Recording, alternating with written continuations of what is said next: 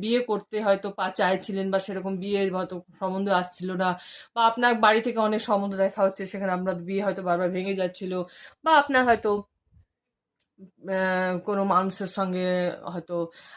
আপনি হয়তো কারো প্রতি অ্যাট্রাকশন আছেন, তার সম্বন্ধে অনেক কিছু হয়তো আপনি জানতে পারবেন, পেরে হয়তো আপনার মন খারাপ হয়েছে, বা যাই হোক, যেখানেই হোক, যেখানে আপনি স্ট্রাক হয়ে আছেন সেখানে আপনার নিউ বিগিনিং হবে। এবং নিউ বিগিনিং যেটা হবে সেটা কিন্তু আপনার জন্য ভালো হবে। এবং আপনি সিলেকশন, মানে সিলেকশন বলতে রিলেশনে হয়তো